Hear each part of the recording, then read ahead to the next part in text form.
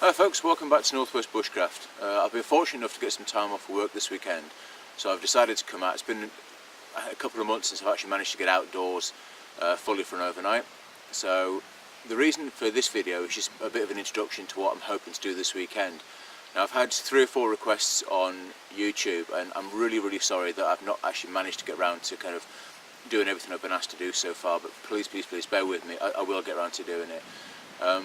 Now, I've had quite a few requests to do a few different sort of topics and stuff, and you know, I'm not an expert. I've said this every time I've ever had a video on YouTube. I'm not an expert. I come out here and I do my thing, and that's that. And if people want to kind of take bits of that and use it, then that's great. Now, one of the things that I actually want to do for myself this time is to fulfill a bit of a lifelong ambition. Now, I've never ever had a problem lighting a fire, and anywhere I've ever gone I've always managed it, but I've always used either a ferrocerium rod, or I've used my preferred method, which is using charcloth and flint and steel. And I think it was the January camp video that's on my YouTube channel, I showed there on using a flint and steel on how to start a fire. Now, so the one thing I've never been able to do ever, and in all honesty I've never even given it a go, is been able to light a fire, friction fire lighting with a Bowdrill. Now, fortunately I've managed to kind of commandeer Danny, who's been in a couple of my other videos before now, and we were hoping that putting the pal of ours, Jason, would have come out with us, but unfortunately Jason's not been able to come out this weekend. So Jason, if you're watching, mate, really sorry you couldn't come out with us. It would have been great for you to have you here. So we've commandeered Danny to come and help us, or come and help me how to learn how to do this. Now, Danny's been on a couple of courses, and one of which he spent 4 or 5 days just doing Bowdrill. It was the only thing any way he was allowed to start a fire was with a Bowdrill. So we're going to have a go at it now. This kind of it reaffirms the whole purpose of bushcraft for me, is that as bushcrafters we tend to go out and move 1s, 2s, maybe 3 people at a time, and anyone that tells you that they know everything there is to know about bushcraft, frankly, they're probably not being entirely honest. Years ago, you know, we used to live as a tribal society in communities, and every member of the community played their part, and everyone had their strengths and everybody had their weaknesses, and everybody did their bit. You know, some people were good at foraging, some people were good at fire lighting, some people were good at hunting, and that's how those societies worked. Now, taking that into a modern context with bushcraft, I'm not an expert particularly in anything. Danny says the same thing. He's not particularly an expert in anything, but the thing is, we each know bits of stuff. I can kind of hold my own when it comes to wild food foraging and fungi. Danny's really good at tracking. So, and it's just about kind of paying it forward really, and kind of swapping information. So we've done a bit of a wild food forage with Danny, and Danny's come along today to help me learn how to do the Bowdrill. So, as I said, I've never done this before, and to say that I'm nervous is probably a bit of an understatement. So please bear with me. If I get smoke, I'll be really happy. If I get a fire, I'm probably going to be ecstatic. So please bear with me, and let's just see how we get on. Okay, thanks a lot, and we'll see you shortly. So what we've done, we made the impression on there, we've cut the V into it, nice amount of clearance at the bottom for the ember to, well, the ash and then the ember together. We've got a nice piece of bark, good sized bark, solid. Put that underneath it, and that's what collects the ember and the ash. So what we'll do now, get into position. You want the back leg well and truly out the way, because you don't want anything to get in the way of your motion. We're positioned here next to this tree. There's a bit of a windbreak as well, because there's a breeze that's coming through here, so to make it nice and easy for us. Easy for me. So put that into position, holding on, get the burning block, put it on, get your foot quite close but not too close where you're going to catch it, lean right over. You want your arm in here, everything nice and tight and tucked in so you've got full weight on it, and then just nice and easy to start with, nice and easy.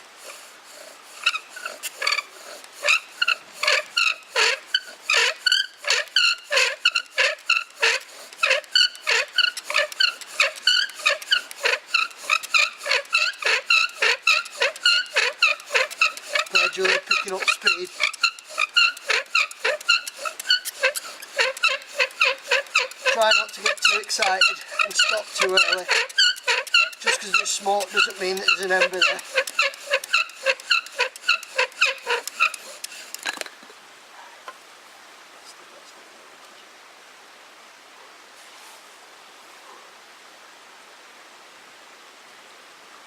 Yeah, not this time.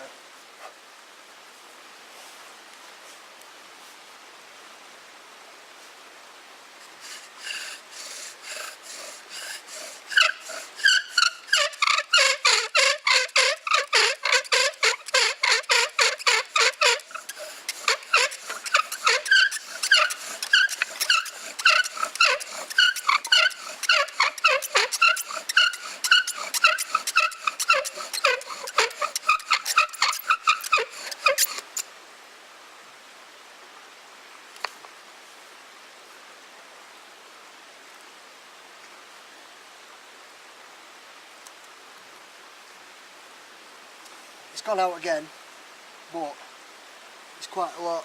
Got a lot of powder in there. Quite a lot of powder, and that's what you want really, because that's where the ember will form. Yeah. That's the way. So we put that on. Put that on there like that. Let's get nice and tucked in. Get comfortable. Right over the top of it. Try and keep it nice and straight.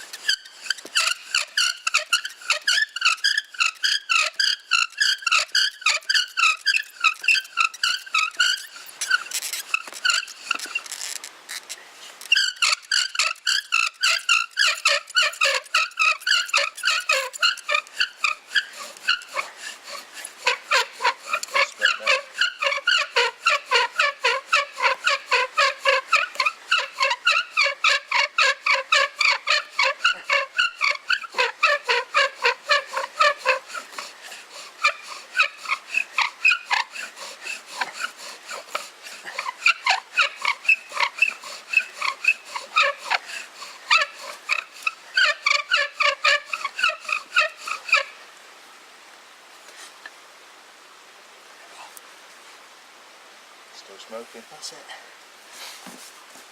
So we've got smoke, we've also got time. What you want to do is let it nurture, let the ember nurture. Protect it from the wind, you don't want it to blow away. But you've got plenty of time, don't rush into anything. Take a minute, catch your breath, because it's absolutely exhausting. But what it's doing is it's burning itself, that's what you want. So from this point on, you need to be very, very careful. Obviously we've got the piece of bark underneath that collects it. Take your knife and just gently ease it away.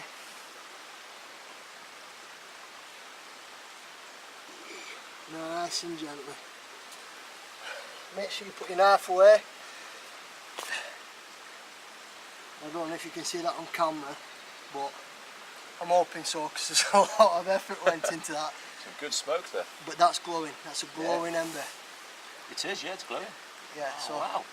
and that's also with the breeze that we've got going on here, so I don't know if you can see that, but that's glowing. So with the glowing ember, leave that there a second. Into a slight nest. But you don't want to make too much of a nest, because there's a strong chance that you make a nest and it'll fall through. So you want it nice and flat, and then fold it over onto itself. It's still glowing now. Yeah, which is what you want. Also with that, although it's a glowing ember, you want it, once it goes white and ash starts forming, that's when you know you're in good stead. Also the colour of the smoke changes. And I'm still out of breath. That's really glowing now. Yeah, that's the breeze that we've got. That's the breeze that we've got, it's coming, that helps. Normally what you do is you kind of gently blow onto it, but very, very gently, because you don't want it to blow away, because once it's gone, that's it. It's a lot of hard work to get that far. Absolutely. So, just ease it into there. Knife away again. Tuck it in nice and tight.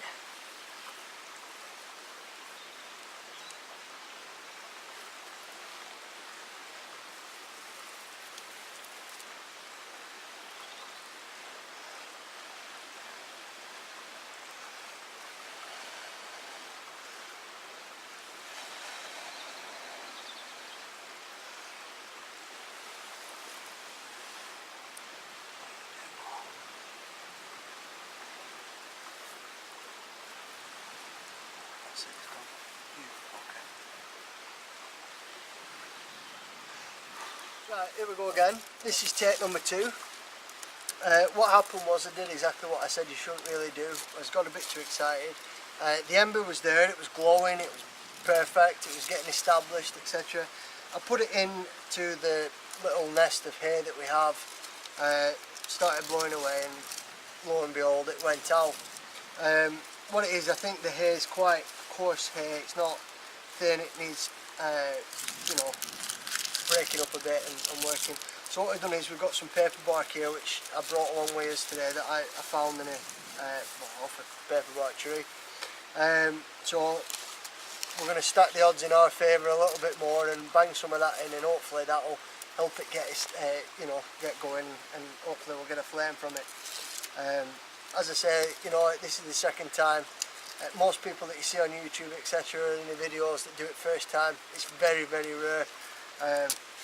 Stroke of luck, but you know, all best to them that can do it first time. A lot better man or woman than I am. I'm not a woman, but there we go. Right, so yeah, the key things to think about are, you know, take your time, let it get established, and we'll go from there. So again, get in position, get comfortable, leg out the way, loads of pressure over the front foot. Start off nice and slow, get everything straight, and then build up nice and gently.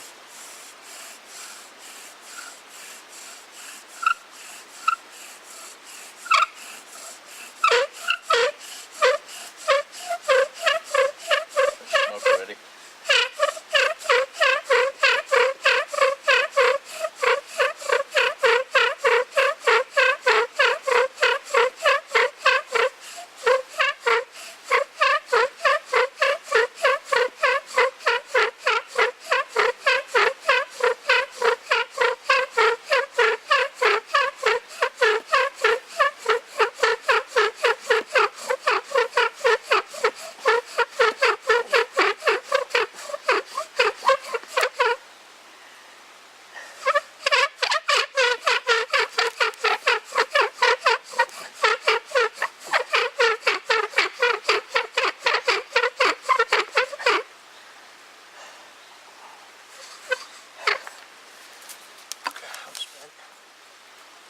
Beautiful.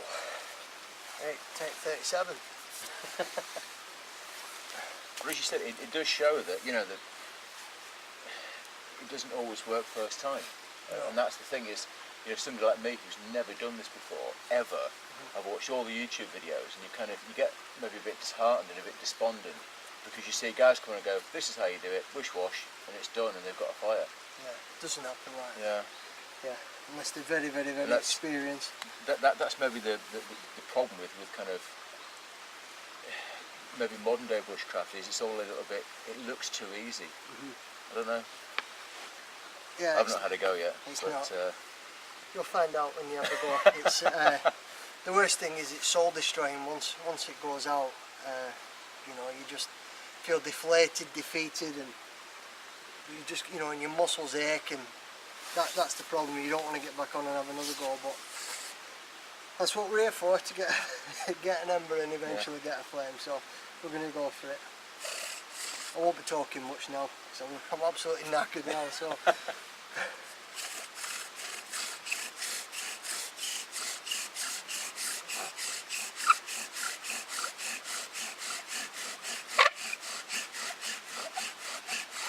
Good smoke now.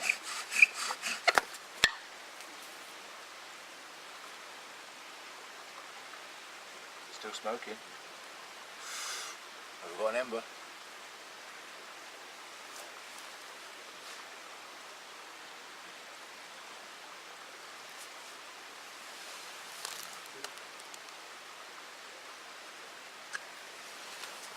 That's all because it flicked out. Yeah. It was close though.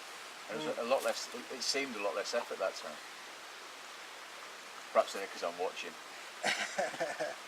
It's no effort for me at all. It's quite easy really.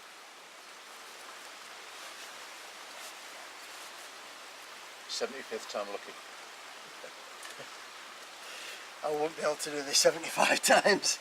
You just know when it's my go, Danny's going to be taking the mickey quite a bit. Absolutely.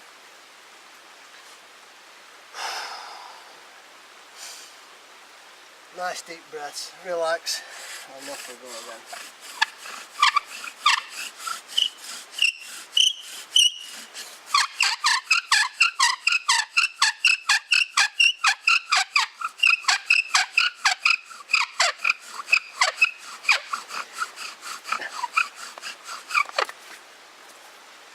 Now I'm done.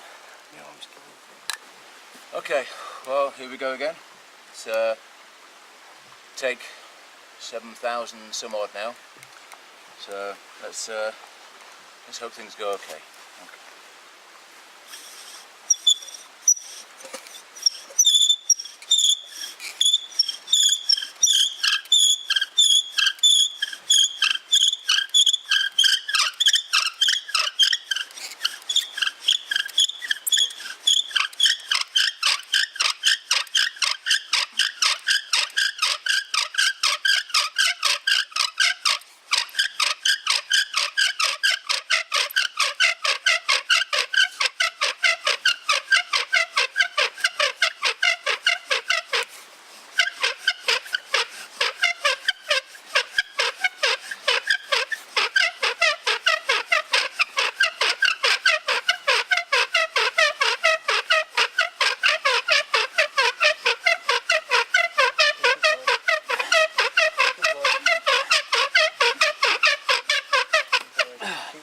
I'm done.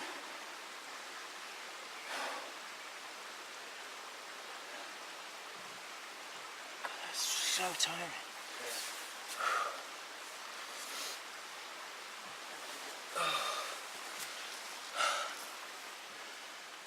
I'm talking to you like I'm instructing you. I don't need to.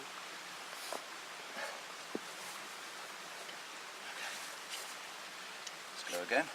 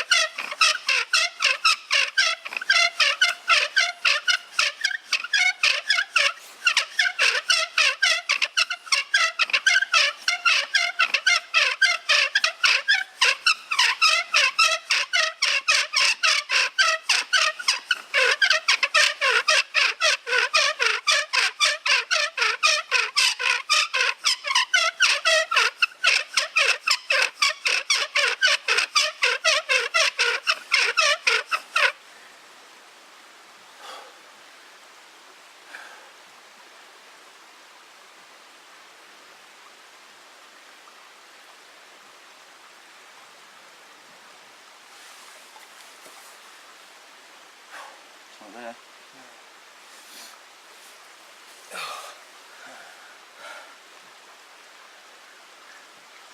It's not happening today. No. Is there a I think I've had it. Good job we made some some feather sticks. We've got 4 litres of petrol in the back of the car, it's okay. I think with this, you're doing things right. That's it, you know, and it's just a case of practice. Yeah. Practice. We've done it twice. I'm spent, you know, you're spent. The thing is now is not to get too disheartened. Yeah. You know, have a go again. Not now, tomorrow, whenever. Start fresh. Well, tomorrow's another day. Hopefully I'll be a bit more refreshed then. But this is a lot more tiring than it looks, you know. And I can't reiterate enough the fact that I think the internet shows this as being really, really easy, and it just isn't. You know, I had that kind of smug kind of feeling perhaps that I get it first time, and you just don't. It's incredible how tiring this really is. So I guess the message is, you know, if you're new to bushcraft, if you're just getting into it, I mean, I've been doing bushcraft half my life, but I've never ever had a bash at this ever. And this is the first time, and that's the thing I think that I'm going to take away from this certainly is that I'm not just going to watch somebody else do it first time and think I can do it. I think one of the things is it's quite humbling, really. It brings you back down, and you know, you learn respect for it as well. And absolutely. How much effort it is put, you know, you have to put into it. You appreciate it a lot more once you eventually get it. And that's the message that I took away from it when I eventually did it, was that, you know, I appreciated what I had to go through to get it. And you know, until you've done it, until your arm's burning and you can't feel your fingers because you're that exhausted, you don't truly understand it. The message is that, you know, it is worth doing, because the reward once you do it is fantastic. But yeah, not everybody gets it first time. Certainly not me. Oh, okay, no. well, that's kind of part one of this done for now, I think. Let's see what a good night's sleep and a hearty breakfast does tomorrow, and then I'll have another bash tomorrow. Okay, so if I can't do it, there won't be any more video. If I can, I'll be jumping around for joy. So, okay, we'll perhaps catch you tomorrow. Take care, see you for now. Thanks a lot, Donny. Cheers now, take care.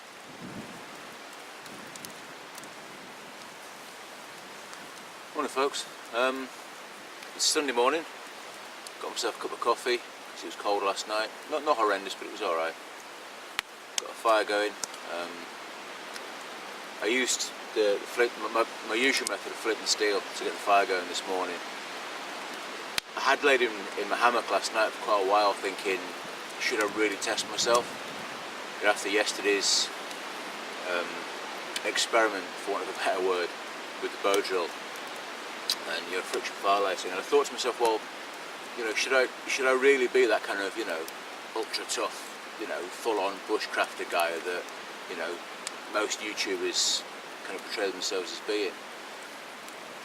And should I set myself a challenge that I can only have a drink, or I can only have a breakfast, or I can only get warm if I start the fire with a Bowdrill? And I thought about it for quite a long time, and I thought, well, you know, I'm not, you know, can I call myself a bushcrafter if I can't do these things? And then I thought, well, yeah, I can. You know, it's just, bushcrafting isn't just about the one thing, and it isn't about, you know, a series of huge successes. You know, it's about the failures along the way as well. You know, I mean, I've spent years studying fungi and wild edible foods and stuff, and I still make mistakes now. Fortunately, not serious ones, but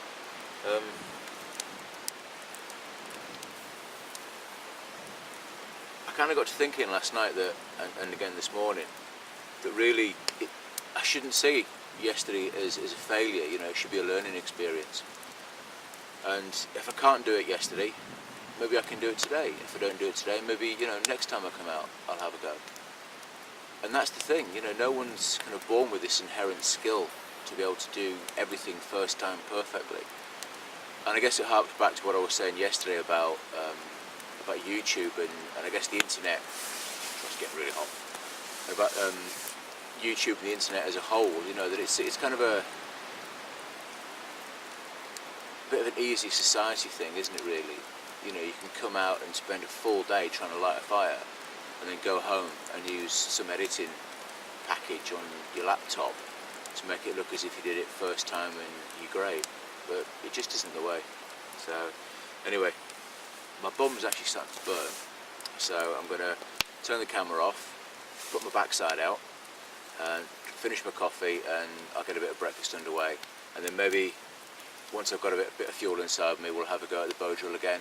And if it works, that's great, but if it doesn't, you know, I might have learnt one or two more things from it today. So, okay, I'm going to go and extinguish my backside because it's really starting to get hot now, and I'll catch you again in a minute. Okay, I'm really hoping the camera can pick this up, but this is probably the best sound in the world. Ready? Oh, how's that?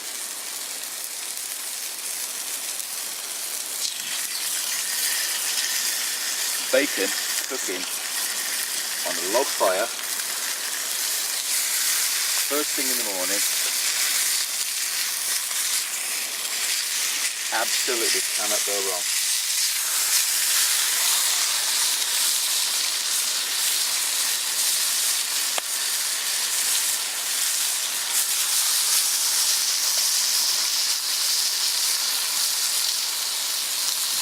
it doesn't matter how cold, miserable, wet, hungry you are, that sight and that sound, it makes every disappointment, every cold night just go away. That's superb.